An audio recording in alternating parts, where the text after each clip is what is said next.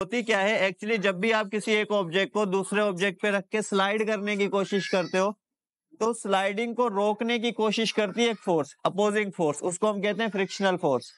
ठीक है, इसके दो कॉन्सेप्ट है, एक है क्लासिकल कॉन्सेप्ट, एक मॉडर्न कॉन्सेप्ट।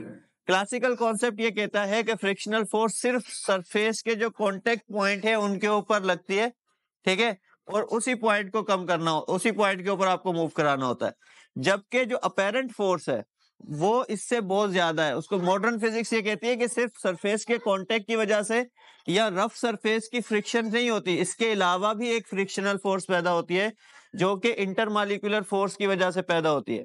उसका क्या मतलब है कि इस चेयर के जो मॉलिक्यूल्स है वो और इस फर्श के इस वक्त जो मॉलिक्यूल्स है वो भी एक दूसरे को अट्रैक्ट करेंगे। अब उनकी जो अट्रैक्शन है, लॉ ऑफ यूनिवर्सल ग्रेविटेशन में हमने पढ़ा था कि इस यूनिवर्स के तमाम ऑब्जेक्ट्स दूसरे ऑब्जेक्ट्स को अट्रैक्ट करते हैं। तो अब उन फ्लोर के मॉलिक्यूल्स और चेयर के मॉलिक्यूल्स के दरमियान जो अट्रैक्शन है, उस अट्रैक्शन की वजह से भी फ्रिक्शनल फोर्स पैदा होती है। ठीक है, फिर इसकी तीन टाइप्स हैं। कितनी टाइप्स? कितनी? तीन टाइप्स हैं। ठीक है, उसमें पहली टाइप होती है स्लाइडिंग फ्रिक्शन। क्या होती है?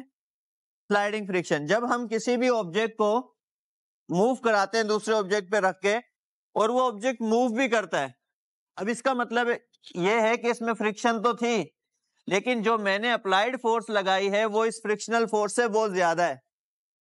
जो मेरी अप्लाइड फोर्स है वो इस फ्रिक्शनल फोर्स से ज्यादा है। जब आपकी अप्लाइड फोर्स फ्रिक्शनल फोर्स से ज्यादा हो जाती है तो ऑब्जेक्ट स्लाइड करना शुरू कर देता है। क्या करना शुरू कर देता है? स्लाइड करना शुरू कर देता है। और दूसरी कंडीशन होती है जिसे हम कहते हैं स्टैटिक फ्रिक्शन। क्या कहते हैं? Static friction. चेयर पे बैठो। ये भी सही है। अब हुआ क्या कि पहले जो चेयर खाली थी उसका मास कम था, अब ये चेयर पे फोर्स ऑफ अट्रैक्शन जमीन और चेयर के दरमियान बढ़ गई। तो हमने कल पढ़ा था एक तो फ्रिक्शनल फोर्स डिपेंड करता है वेट के ऊपर और दूसरा इंटरमॉलिक्यूलर फोर्स के ऊपर। मास के बढ़ने से ये दोनों चीजें बढ़ जाती है। जब मास इंक्रीज होता है तो वेट भी इंक्रीज होता है। जब मास इंक्रीज होता है तो लॉ ऑफ यूनिवर्सल ग्रेविटेशन के मुताबिक इंटरमॉलिक्यूलर फोर्स भी अट्रैक्ट इंक्रीज होती है। इसका मतलब ये दोनों इंक्रीज हो गई, यानी इसकी फ्रिक्शन बढ़ जानी चाहिए। अब पहले जब मैं इस पे फोर्स लगा रहा था, अगर मैं उतनी फोर्स लगाता हूं तो चेयर मूव, फोर्स लगते हुए महसूस हो रही है, चेयर खींच रहा है, लेकिन चेयर मूव, इसका मतलब है frictional force is greater than my applied force और वो ऑब्जेक्ट मूव नहीं कर रहा। जब आप किसी चीज पे फोर्स भी लगाएं और फोर्स लगाने के बावजूद वो ऑब्जेक्ट मूव नहीं कर रहा, इसका मतलब है कि उसमें फ्रिक्शन ज्यादा है और आपकी अप्लाइड फोर्स कम है। फ्रिक्शन ज्यादा है और अप्लाइड फोर्स कम है, इसको हम कहते हैं स्टैटिक फ्रिक्शन। लेकिन अब जो भी फ्रिक्शन इसकी है, अगर मैं उससे ज्यादा फोर्स लगाता हूं और ये चेयर स्लाइड करती है तो अब मेरी अप्लाइड फोर्स ज्यादा हो गई। जो भी फ्रिक्शनल फोर्स थी मैंने उससे ज्यादा अप्लाइड फोर्स लगा दी और ये चेयर स्लाइड करना शुरू कर दी, तो इसको हम कहेंगे स्लाइडिंग फ्रिक्शन। क्या कहेंगे?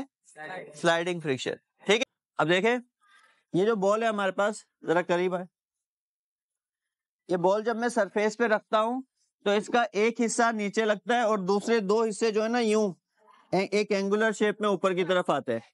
इसका मतलब है एक होता है बिल्कुल फ्लैट कांटेक्ट ऐसे और एक होता है कर्व्ड कांटेक्ट ऐसे।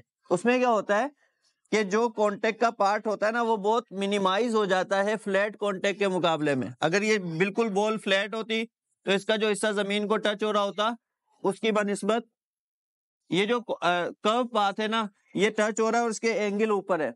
ये जो कर्व वाला हिस्सा है ना, इसको हल्का सा फोर्स लगाएंगे तो ये नीचे आ जाएगा।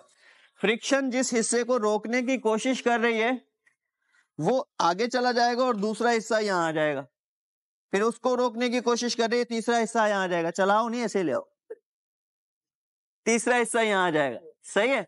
इस तरीके से होता क्या है कि ये फ्रिक्शनल फोर्स जो है ये एक्चुअली रोलिंग फ्रिक्शन बहुत आसान हो जाती है, इसमें बहुत ज्यादा हमें कोई फोर्स नहीं लगानी पड़ती। यहाँ सीधी खड़ी रखो, एक मिनट सीधी खड़ी रखो। अब यहाँ देखें टायर है, टायर एक सर्कुलर शेप में इस वक्त, किस शेप में? इसका जो जमीन पे कांटेक्ट वाला पार्ट है उसके बाद ये वाला हिस्सा देखो एक एंगुलर शेप में ऊपर जा रहा है, इसी तरीके से पीछे वाला हिस्सा भी एंगुलर शेप में ऊपर जा रहा है। जिस हिस्से पे टायर जमीन को टच कर रहा है जमीन इसको रोकने की कोशिश करेगी, आप क्या करेंगे? इसको हल्का सा आगे मूव कर देंगे बिल्कुल हल्की फोर्स के साथ ये मूव हो जाता है। इतना ही वजन, एक मिनट, इतना ही वजन हो और फ्लैटेड टायर हो, टायर बिल्कुल फ्लैट हो, फिर उसको जब स्लाइड करना पड़ेगा तो हमें ज्यादा फोर्स लगानी पड़ेगी।